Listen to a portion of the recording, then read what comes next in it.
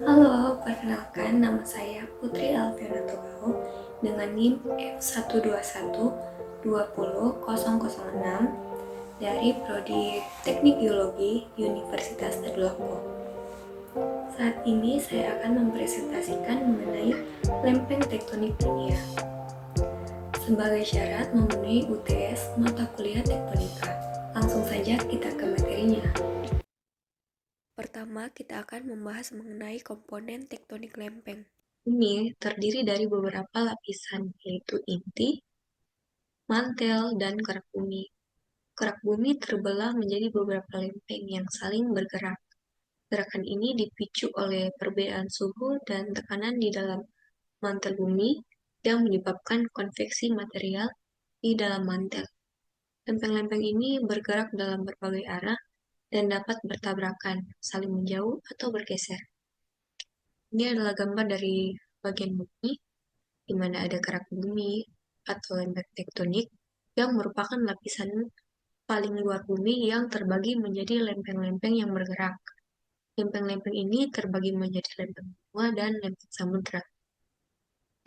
Kemudian ada mantel bumi, terletak di bawah kerak bumi, terdiri dari material semi cair yang memungkinkan gerakan lempeng di atasnya. Selanjutnya adalah inti bumi, terbagi menjadi inti luar yang cair dan inti dalam yang padat. Jenis lempeng bumi terbagi menjadi dua. Yang pertama adalah lempeng samudra yang terbuat dari batuan basalt yang lebih padat dan lebih mudah. Contoh lempeng samudra adalah lempeng Pasifik dan lempeng Nazca. Kemudian ada lempeng benua yang terbuat dari batuan granit yang lebih ringan dan lebih tua. Contohnya adalah lempeng Eurasia, lempeng Amerika Utara, dan lempeng Indo-Australia. Gerakan lempeng tektonik dapat dibagi menjadi tiga jenis utama, berdasarkan cara lempeng-lempeng tersebut berinteraksi. Yang pertama adalah gerakan divergen atau menjauh. Lempeng-lempeng bergerak saling menjauh satu sama lain.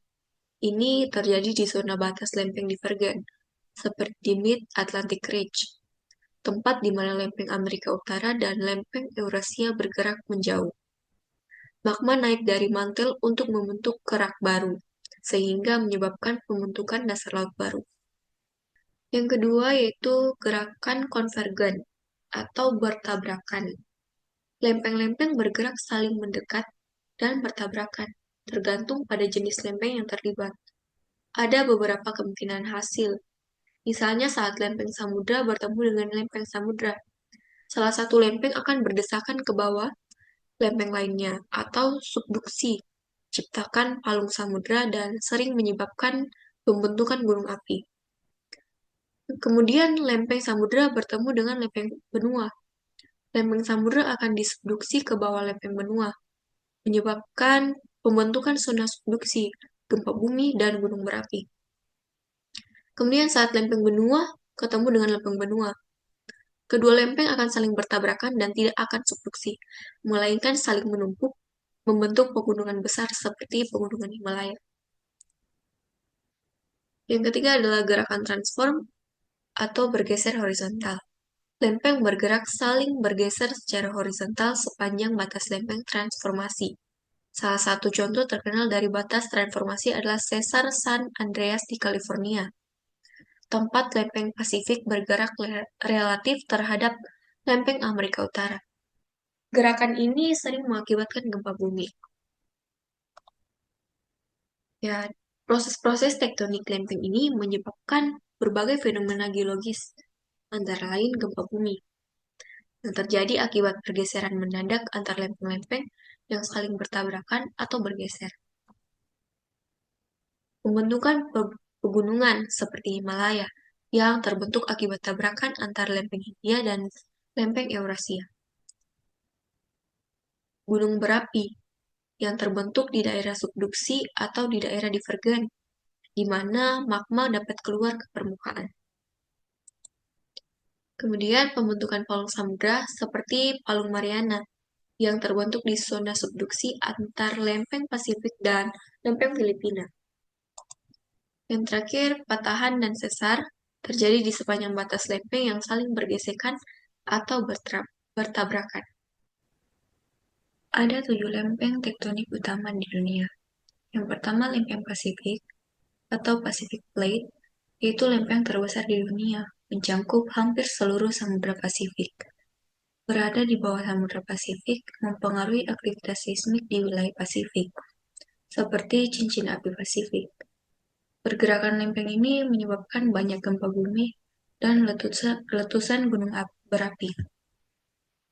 Yang kedua, lempeng Amerika Utara, mencakup sebagian besar Amerika Utara, sebagian Samudra Atlantik, dan sebagian kecil Samudra Arktik.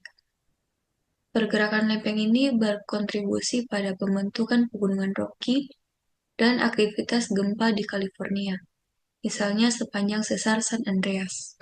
Kemudian ada lempeng Eurasia, mencakup Eropa, sebagian besar Asia, dan sebagian Samudra Arktik.